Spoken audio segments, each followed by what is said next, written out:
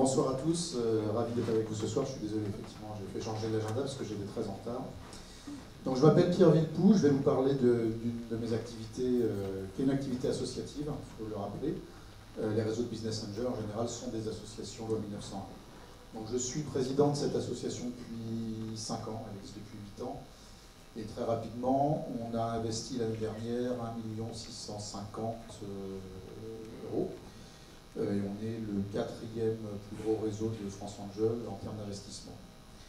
Je ne vais pas vous expliquer, d'abord le terme est ridicule, hein, ça fait 15 ans qu'on le dit, Business Angel, heureusement qu'on n'a même pas essayé de traduire. Voilà, on fait de l'investissement très early stage, un petit peu comme ce que vient de dire Stéphanie, et souvent on le fait ensemble, effectivement, sur le fonds d'un de nos partenaires. Il y a 2 points, je ne vais pas vous raconter la vie des Business Angels, ça n'intéresse personne. Je vais vous parler de 2 choses qui me semblent importantes et qui vont peut-être résonner dans des débats à venir prochainement.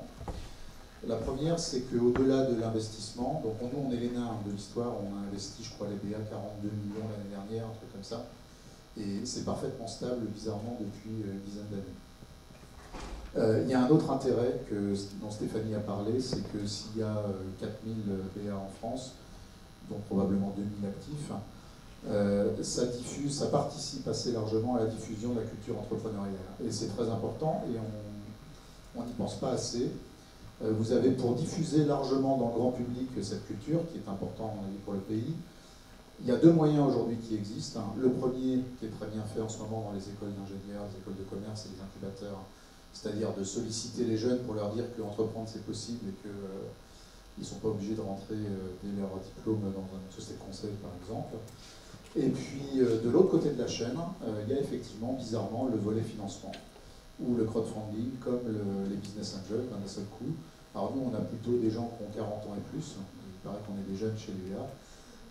Mais en gros, ça veut dire qu'on est en train d'expliquer à une catégorie de la population qui n'a pas forcément été entrepreneur, certains l'ont été, d'autres non, que l'entrepreneuriat, ça existe, qu'on peut financer, qu'on n'a pas besoin d'être multimillionnaire pour financer des startups, que ça se passe de manière très coordonnée aujourd'hui, assez professionnelle, qu'on a des vraies rencontres avec des entrepreneurs, et qui sait qu'une partie des gens de 40 ans redeviennent entrepreneurs plus tard en ayant découvert l'entrepreneuriat via le financement. Et cette culture-là, ça veut dire que quelqu'un qui a cet âge-là, qui a investi dans 1, 2, 3 startups peut-être dans sa vie, va peut-être devenir entrepreneur, mais aussi va rencontrer une dizaine de personnes autour de lui qui vont avoir envie d'entreprendre et qui va pouvoir dire, tu sais, c'est possible et on peut se faire financer, il y a des gens qui font ça, il y a des réseaux qui existent, il y a des plateformes qui existent et c'est le meilleur moyen pour promouvoir la chose. Donc en gros, le nombre compte. Les VC sont des gens très importants, mais je dirais, c'est un petit cercle de happy few. C'est la finance très importante et très nécessaire pour le développement des entreprises, mais c'est une petite catégorie de personnes. Et souvent, ce monde-là n'est pas compris du grand public. Or, nous, on a intérêt aujourd'hui en France à faire comprendre cette dynamique-là dans le grand public.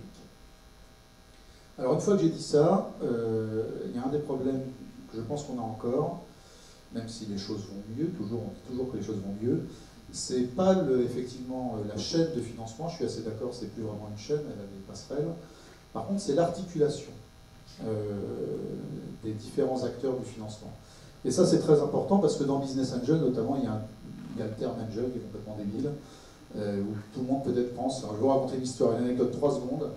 Il y a un entrepreneur que je ne connais pas qui m'appelle il y a 15 jours, et je le reçois, il m'explique son projet très bien, tout ça. Je ne comprends pas bien pourquoi il vient me voir et en fait pourquoi il cherche de l'argent.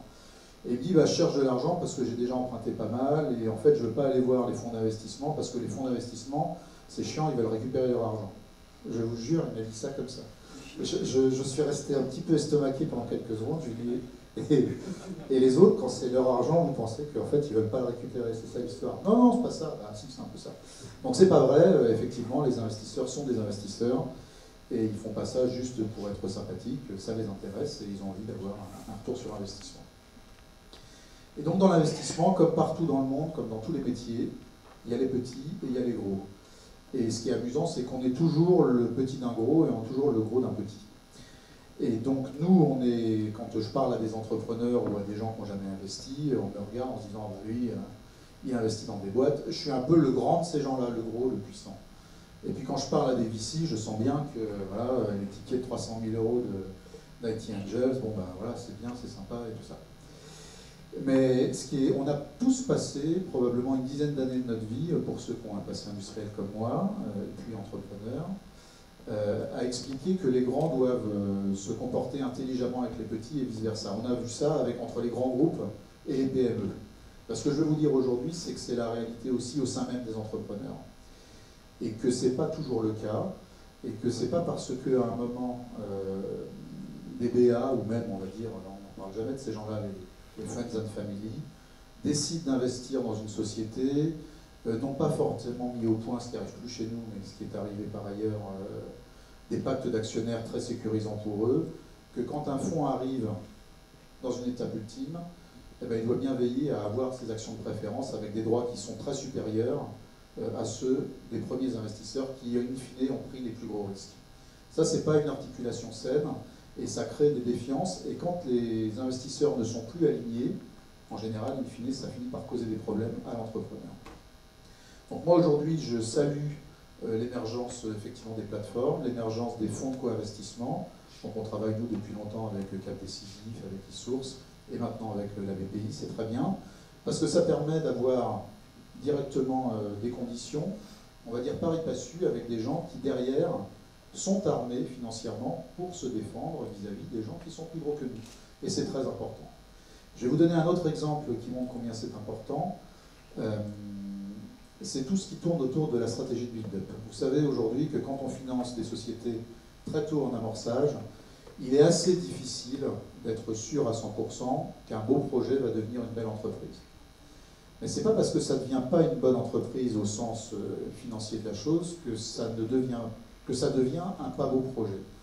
Et je dirais qu'il faut se poser la question le plus rapidement possible entre les différents étages du financement des stratégies de build-up. C'est-à-dire de voir à un moment qu'un projet a du mal à rencontrer son audience parce qu'il ne va pas suffire à porter les coûts fixes, on va dire, d'une entreprise, d'une démarche commerciale.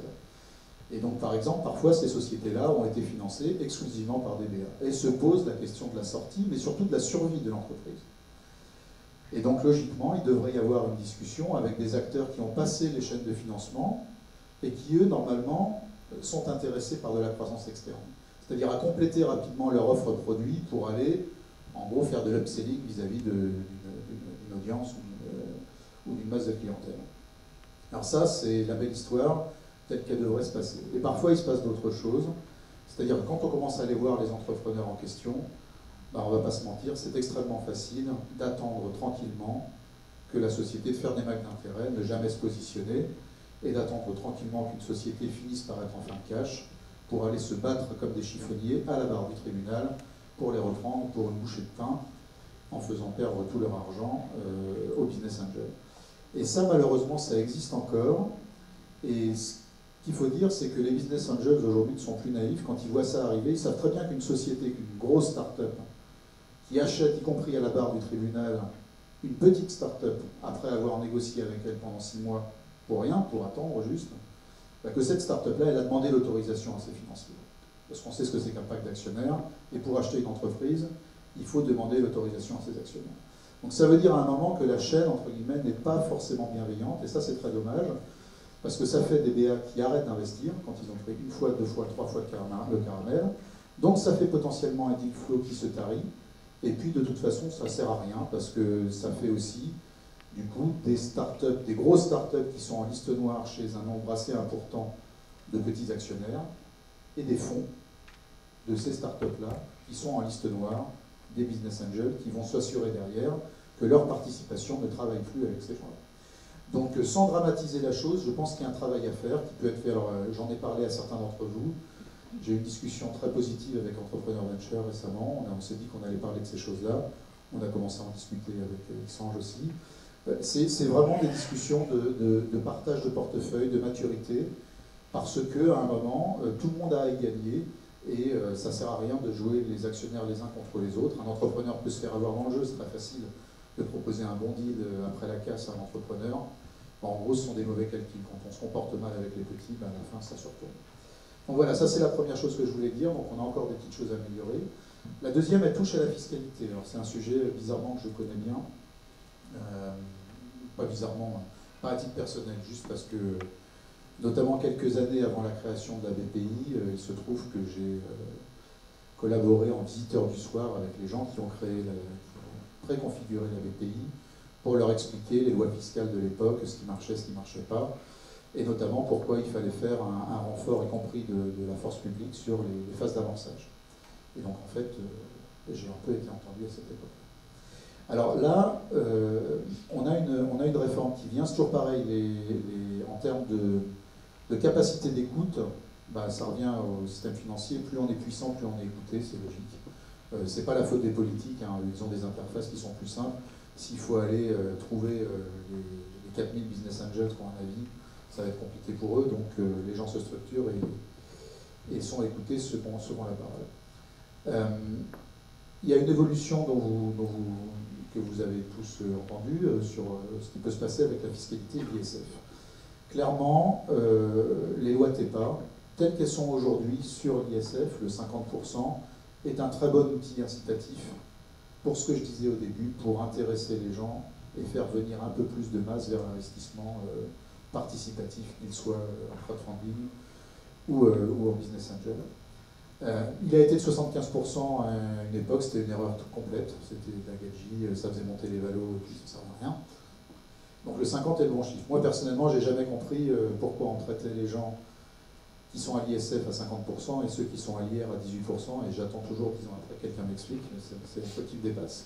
Mais là, on parle effectivement de changer la fiscalité, ce qui est très bien probablement, et donc de grosso modo d'aller vers une extinction de l'ISF, en disant qu'on va travailler plutôt sur l'assiette, ce qui est un sujet intéressant parce que quand on fait sortir de l'argent de l'assiette imposable, effectivement, ça peut faire une orientation de l'épargne vers l'entreprise, vers le capital actif, auquel cas ça serait formidable. Ça fait aussi, j'ai bien compris, les affaires des banques de dépôt parce qu'elles vont trouver beaucoup plus d'argent à relever et elles vont le confier aux capitaux risqueurs, que tout le monde va être content dans cette histoire, c'est très bien. Ça risque de poser un problème sérieux, et je peux vous le dire parce que là il y a un attentisme terrible déjà cette année chez les business angels. S'il n'y a plus cette incitation-là, c'est compliqué de faire venir les gens qui, pour vous dire franchement, vont tous au-delà de leur capacité d'ISF en investissement quand ils sont pris par le jeu. Et là, on est en train de me dire, il y a M. Novelli à l'époque qui m'avait dit ça, et puis je crois que c'est la même chose du côté d'Emmanuel Macron, qu'on va probablement essayer de compenser ça par un 30% sur l'impôt sur le revenu. Ben, je vais vous le dire franchement, 30% ça sert à rien. Ça fait, on a mis 10 ans avant de comprendre que le 50% était le montant efficace. Si on veut continuer cette chose-là et faire investir les gens, c'est tout simple, hein, on a déjà fait les valorisations. Il faut garder les plafonds tels qu'ils sont sur l'IR et passer à 50%. C'est très important parce qu'il ne s'agit pas de tarir aujourd'hui les bonnes volontés, les gens qui investissent. On connaît, France Angel a sorti les statistiques de sortie, elles sont très faibles pour eux. Plus on investit tout, plus c'est risqué, il faut être clair. Donc il est rare que des business angels fassent fortune sur l'investissement. Il faut juste veiller à ce qu'ils soient convenablement protégés et qu'ils aient une incitation. Ils ont le choix d'ailleurs, ils défiscalisent à l'entrée ou à la sortie. Donc les gens, quand ils sont sur deux, ils le mettent dans le PEA, tout va bien, ils ne profitent pas des défiscalisations ISF ou IR, et après ils seront défiscalisés en sortie. Mais si on est en entrée, si les gens n'ont pas les patrimoines pour faire des risques, eh bien, il faut laisser le 50% et le passer sur l'impôt sur le revenu. Et c'est important parce que là, on est en train de...